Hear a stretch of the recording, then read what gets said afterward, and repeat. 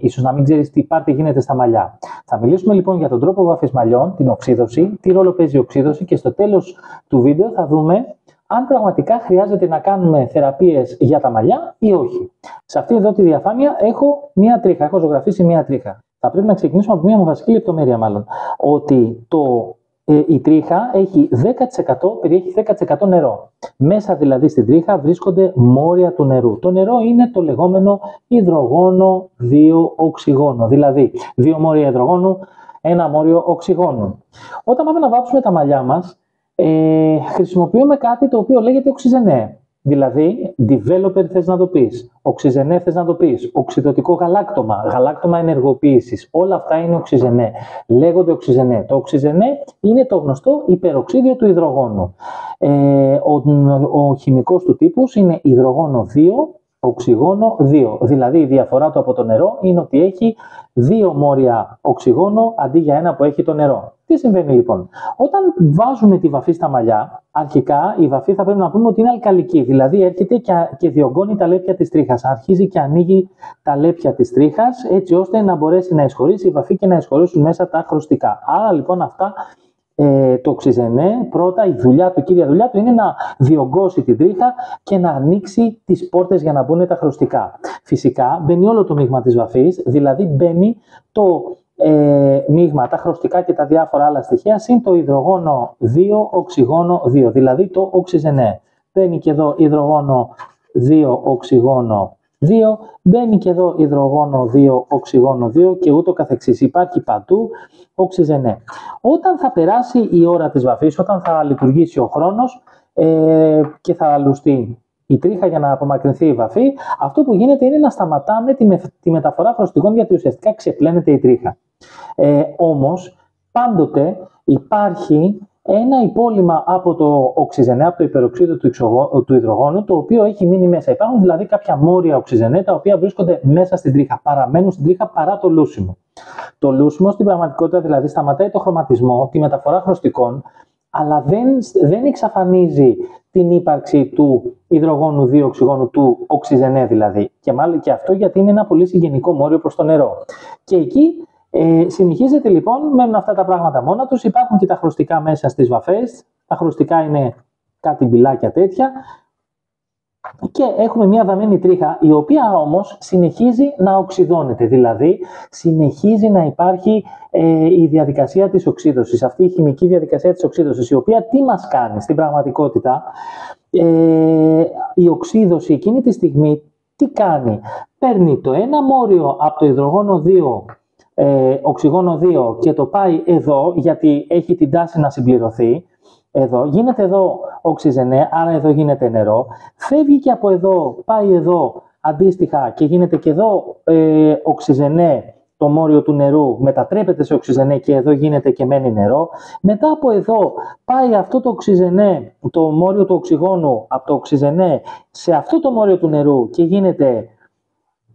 μετατρέπεται αυτό σε οξυζενέ. Παράλληλα από αυτό το μόριο του οξυζενέ το ένα μόριο του νερού φεύγει και πάει στο άλλο νερό εδώ πέρα και κίνεται αυτό υδρογόνο 2.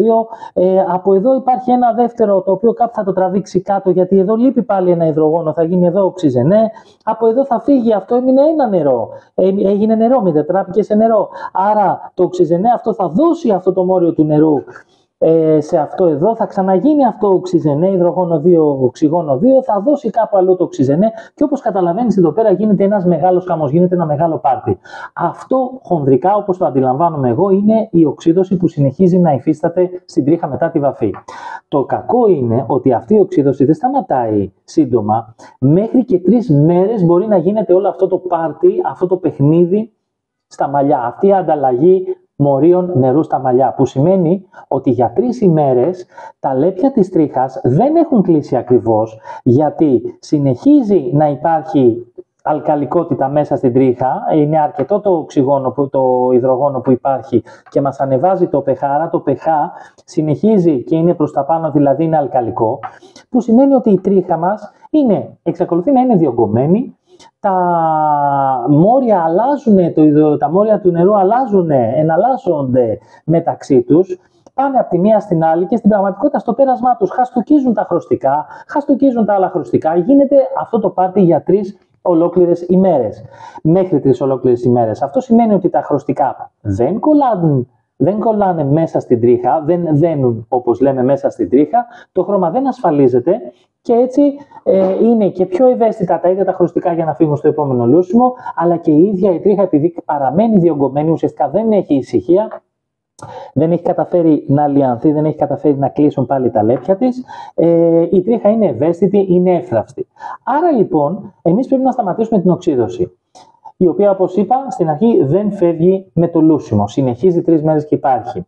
Εκεί λοιπόν πραγματικά έρχονται κάποιες θεραπείες οι οποίες είναι άμεσης απορρόφησης, συνήθως είναι σε μορφή λοσιών, οι οποίες μπαίνουν μέσα και σταματάνε όλο αυτό το παιχνίδι, όλο αυτό το πάρτι, όλα αυτά εδώ, όλες αυτές οι αλλαγές που γίνονται από μόριο σε μόριο, σταματούν να υφίστανται. Και στο τέλος μας μένει ένα καθαρό περιβάλλον, σταματάει όλος αυτός ο χαμός, μας μένει ένα καθαρό περιβάλλον το οποίο έχει τα μόρια του νερού που πρέπει να υπάρχουν, τα χρωστικά και όλα πάνε κατευχήν.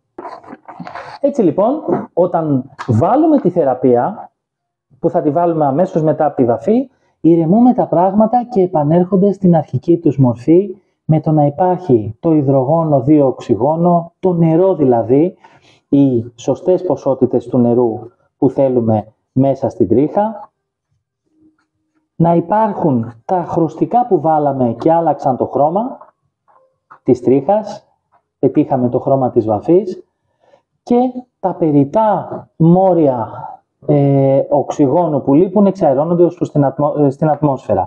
Στην ουσία δηλαδή επανέρχεται η σωστή υγρασία της τρίχας στον πυρήνα της. Αυτό επιτρέπει στην τρίχα να έχει ελαστικότητα, να μην είναι εύθραυστη, να είναι ελαστική όσο χρειάζεται, και παράλληλα κλείνοντας τα λέπια έρχονται και φυλακίζονται, αγκαλιάζει τα χρωστικά. Και τότε ουσιαστικά τελειώνει η διαδικασία της βαφής. Δηλαδή η διαδικασία της βαφής, από όσο προκύπτουν αυτά που λέμε, δεν τελειώνει με το λούσιμο. Η διαδικασία της βαφής ολοκληρώνεται όταν θα σταματήσει η οξύδωση.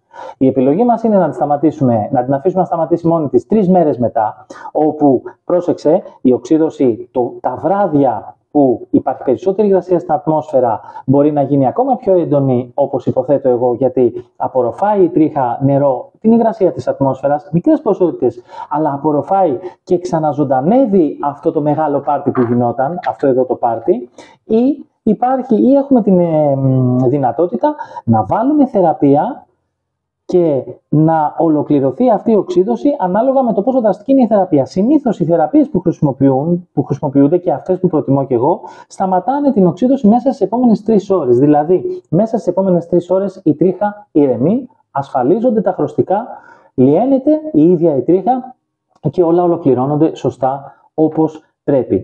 Άρα λοιπόν, από όλα αυτά που προκύπτουν, όπως μπορείς να καταλάβεις, ναι, είναι απαραίτητη η θεραπεία μετά τη βαφή, αρκεί να είναι σωστά επιλεγμένη από τον κομωτή σου, και δεν είναι ένα έξοδο, δεν είναι μια πολυτέλεια, είναι ουσιαστικά αυτή η υπηρεσία που θα σου δώσει διάρκεια στο χρώμα, δηλαδή θα κάνει τα χρήματα που έδωσες για τη βαφή να πιάσουν τόπο.